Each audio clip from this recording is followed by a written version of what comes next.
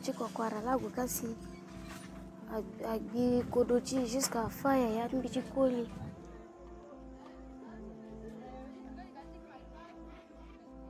Kako izo kodonan banjunzo na yakati I wani ide yakati wa kobechi pika sinji wa kobechi akameglo suzuku so na yakani giluni kizo ajuzo kodona bubasu wa ngana.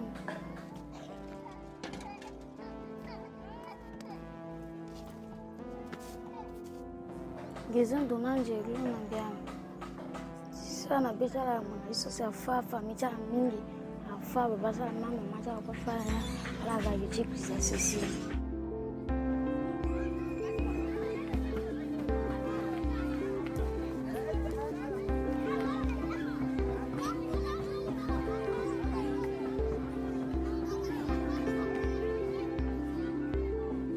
Si je perds une gagne un espace là, une plus assassine.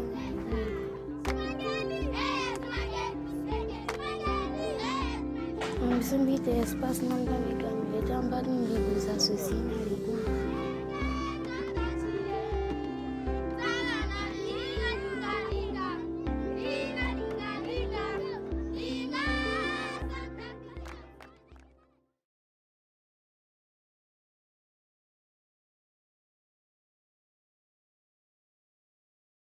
Before the war, we could go anywhere. The first 6 months, there was nothing. Then the shooting started. Then there was a curfew and no one could go out after 8. When the war started, nowhere was safe. Many innocent lives have been taken away because of the never-ending war. My childhood is passing. I will only be a child once. Just like all my friends and classmates, I should have finished school by now. I really loved school and was doing very well. I stopped going as I was too scared. But one day when things calmed down a bit, my father took me with him to the market. But suddenly things went bad and people were shooting at each other again. I saw 2 of my friends get caught in a crossfire and die, while my father was rushing me back home. I couldn't believe what I'd just seen and broke down in tears. I was very scared. I hardly slept. I thought that at any night people would knock down my door and kill me in my bed. I preferred to stay awake.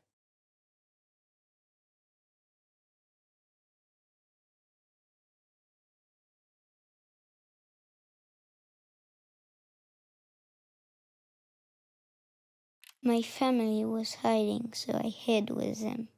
The soldiers forced their way into the house. They wanted to steal everything, but my big brother resisted. So they grabbed him and dragged him out the house. They made him sit down and executed him. My mother cried out and attacked the soldier who shot my brother. So he killed her too. They took everything. We had to flee when the soldiers arrived and the fighting began. They were shooting and setting fire to the area, so we fled and took refuge in the church.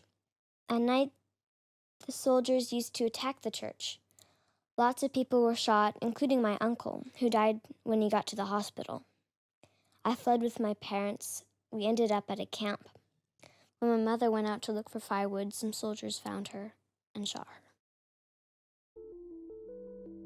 داعش وكا كان شنقال دفجة هاتن ما كشتنو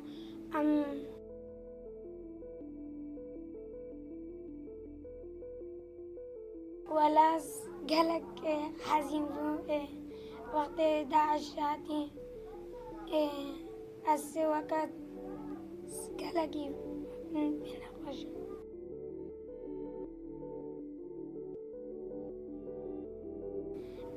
كيف عم بترش نشاط عرضي وتعليم إنجليزي ودورة كمبيوتر ستيمان قالك مساعدة ما كره الراودج مرة شكر عرديم عم تنا راودي نشاط أشوار اللاعبين اشتغلنا تشتغلني ناس بيحسن يأس بما وقت شيكا رودي استعدك رودي وأجي أروك استعدوان أم ألمان دينا فان تشتا أمشيكي وقت دي أمي إني وان شدا أمشيكي دينا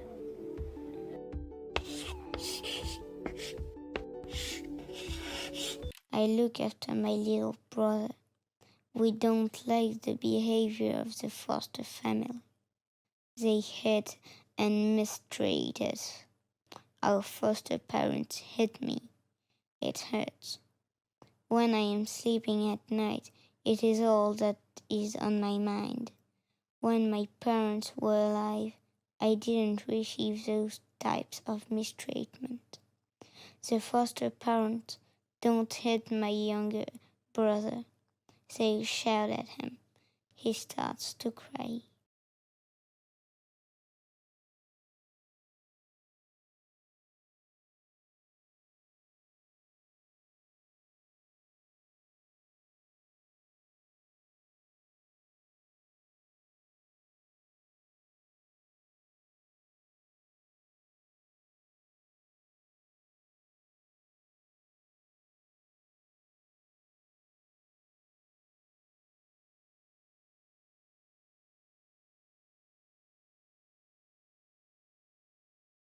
Our home is lost.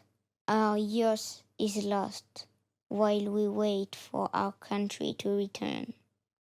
Our wishes are lost. Our hearts are broken. Our tears have dried in the hopes you're returning. Oh, my country. Oh, my country. No one cares enough to answer my screams. Our news doesn't change. It is always the dead and the injured. Our blood becomes the headlines. This is our news. This is our daily show. Another episode of breaking news. Nothing changed except we became refugees. We hear a mother crying as she searches for her son's grave. Another mother crying as she searches for her son under the rubbles of the house. And another mother crying as she mourns over her disabled son. But our country does not know where to go to cry. Regret does not help us now. Our country is displaced. I feel depressed knowing that my home's gone. When I think about not going back to my home, I feel homeless. How can I be happy when I lost my home, my school, my best friends, and my homeland? The worst part is I can still hear the bullets and explosions in my head. They never go away.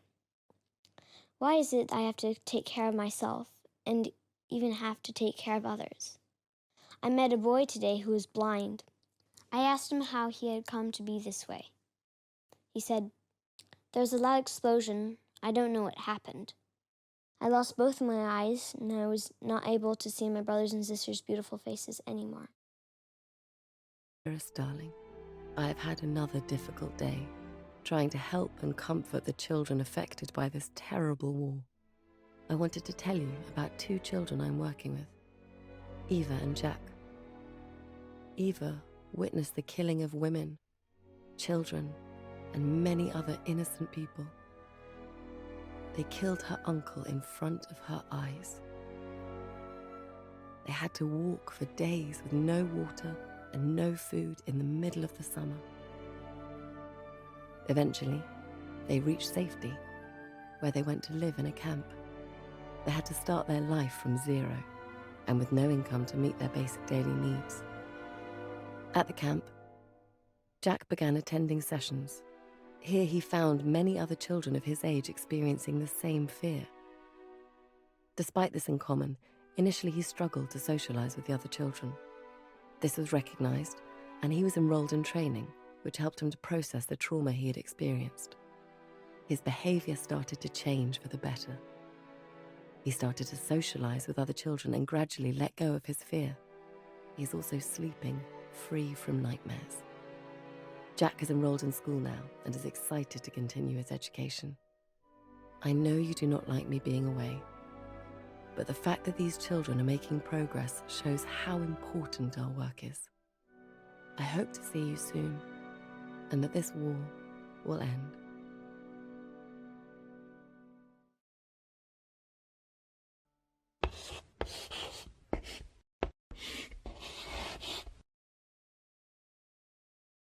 In the morning, I go to school. And in the afternoon, I go to the learning space. And after that, I come back home and start to study. I like to study. I like to study English letters. I'm proud of myself when I go to the center with my school bag.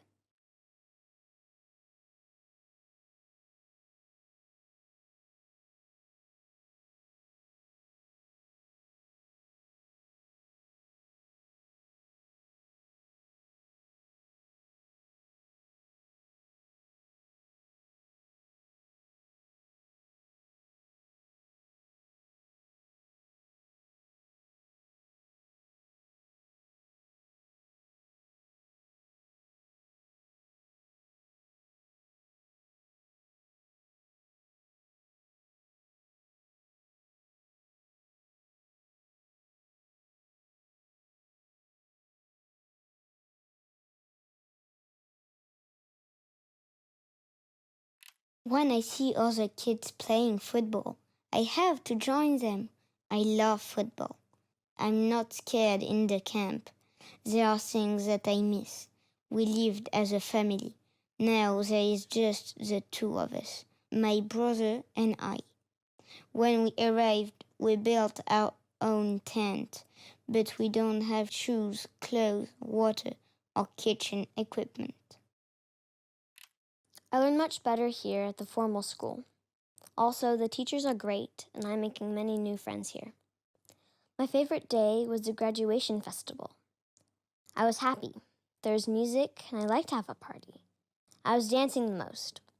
It introduced me to lots of friends. I want to be a painting teacher in the future. And to do that, I have to study hard and go to college. I'm not letting my dream go. Hi, I'm Kerry Mulligan, Global Ambassador for children's charity War Child UK. Thank you for collecting all the pieces to unlock this video. You have followed the stories of Jack and Eva, set in 1918. While these stories don't seem out of place in the First World War, everything you've heard actually happened to children around the world in the past 10 years. The words and experiences are real. What happened to Jack and Eva is typical for millions of children around the world who live in war-affected countries. Times change, but one thing that stays the same is that war kills, maims, traumatizes, and destroys the lives of innocent children. These stories were told to people who work for War Child, the charity for children affected by war. Right now, War Child is protecting, educating, and standing up for the rights of some of the world's most vulnerable children. Please visit warchild.org.uk to find out how you can help to ensure that no child's life is torn apart by war. Thank you.